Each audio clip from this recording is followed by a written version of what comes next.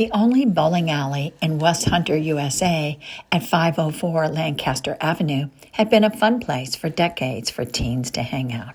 The name Lover's Lane Bowling came from the fact that the owners fell in love as teenagers bowling in their hometown.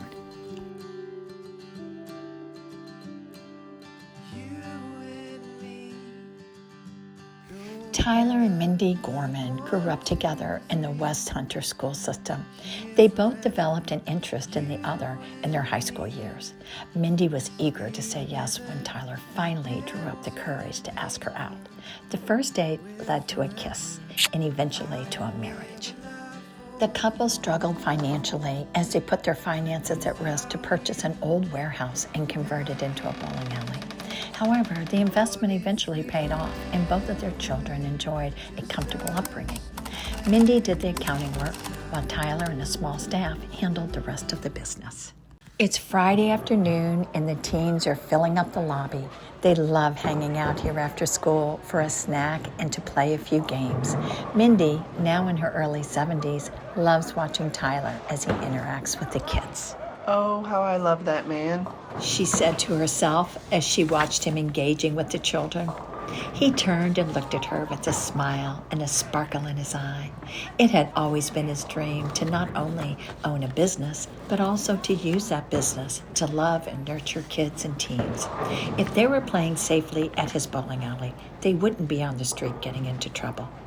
Tyler prayed every night for each of the kids that he knew by name.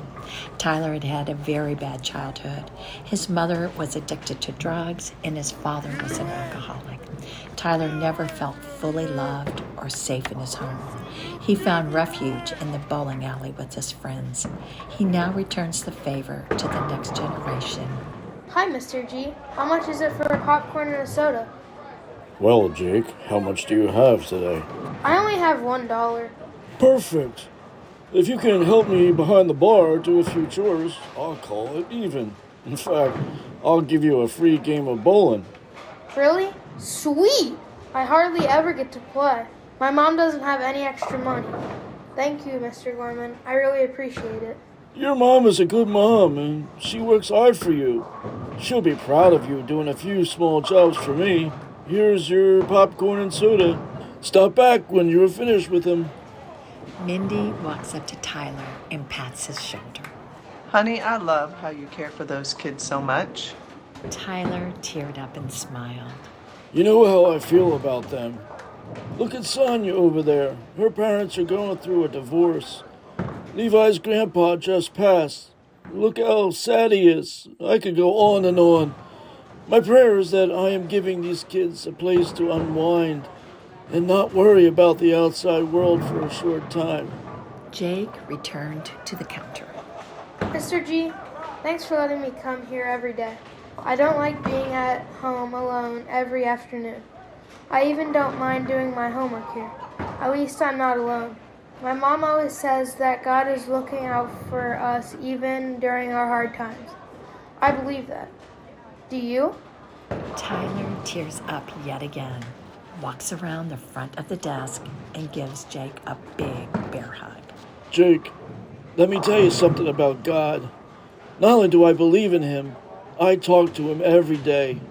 Can I pray with you? This is Joyce Coldiron for Gramazin.com. There are times when we invest our heart, soul, and perhaps even our finances into a ministry. There are many days that pass without any results. But then comes that glorious moment when we know our work has touched a life. Keep doing what you're doing to serve the Lord. That special day will come for you too.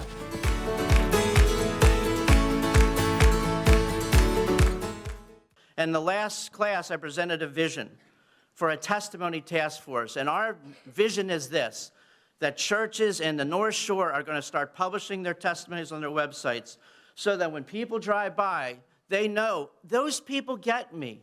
They've been through divorce. They've been through suicidal like I was at one point in my life. They get it. I can relate with them. I can consider joining their church or participating in their church.